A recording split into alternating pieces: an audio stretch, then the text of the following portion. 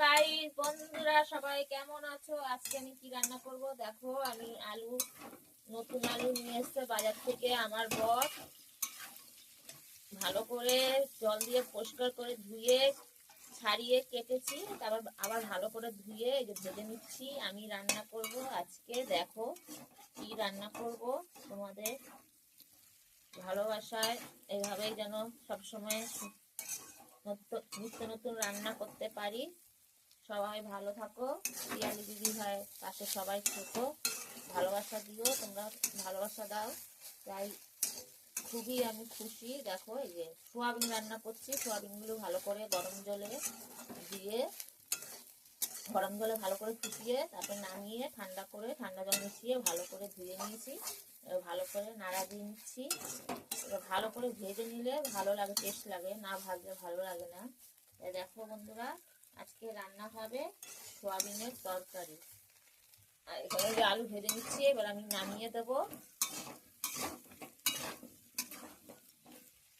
আর এখানে এই যে পেঁয়াজ রসুন আদা কেটে নিয়েছি, জিরে ভাজা আছে, গরম মশলা ভাজা আছে, সব দিয়ে দেবো। আর রান্না করব পাঁচমিশালি তরকারি। এই যে তেল গরম হয়েছে, পাঁচফোড়ন শুকনো লঙ্কা দিয়ে দেবো।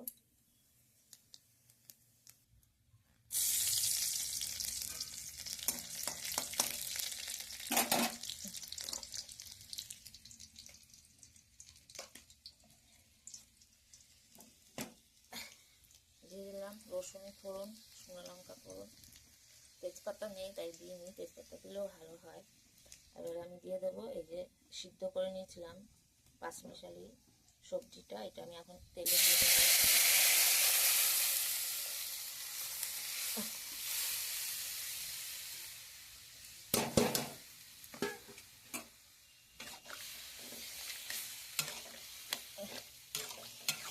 ফোড়ন দেওয়া হয়ে গেল, ঢালা ফোড়নটা ভালোই লাগে পরে ফোড়ন দিলে। দেখো তাহলে আজকে রেসিপি আমার নিরামিষের তরকারি আর হলো সয়াবিন আলু দিয়ে তরকারি।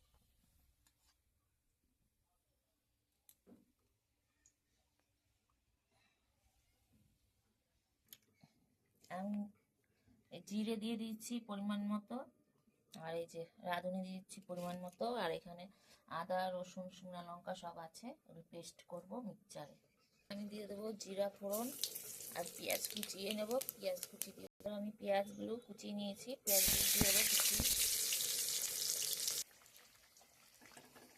তা বন্ধুরা, পেঁয়াজটা ভাজা হয়ে গেছে।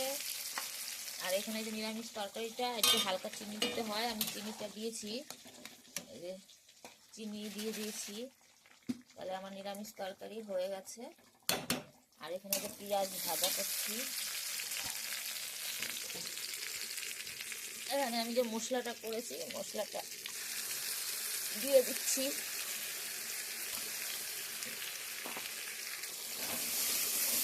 ভালো করে মশলাটাকে তেল দিয়ে আর পেঁয়াজ ভেজে নিয়েছি, এর সঙ্গে ভালো করে কষিয়ে নেব।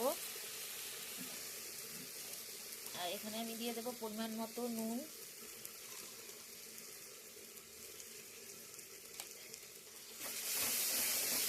ভালো করে নেড়ে নেব।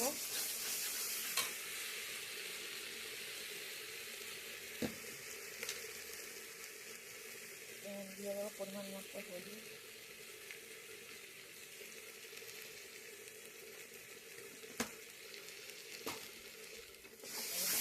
ভালো করে কষিয়ে নেবো মশলাটাকে।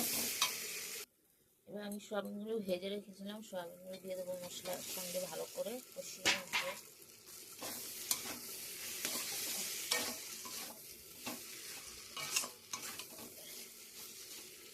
এবার আমি দিয়ে দেবো আলু।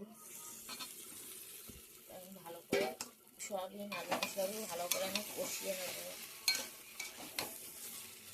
জিরের গুঁড়ো, ভাজা জিরের গুঁড়ো, ধনিয়ার গুঁড়ো দিয়ে দিলাম, আর এটা দিয়ে দিলাম গরম মশলার গুঁড়ো। ভালো করে এবার ওকে দিয়ে নাড়িয়ে নেব। আজকে রেসিপি আমার সোয়াবিনের তরকারি। আমি এবার জল দিয়ে দেবো মাপ মতো, পরিমাণ মতো।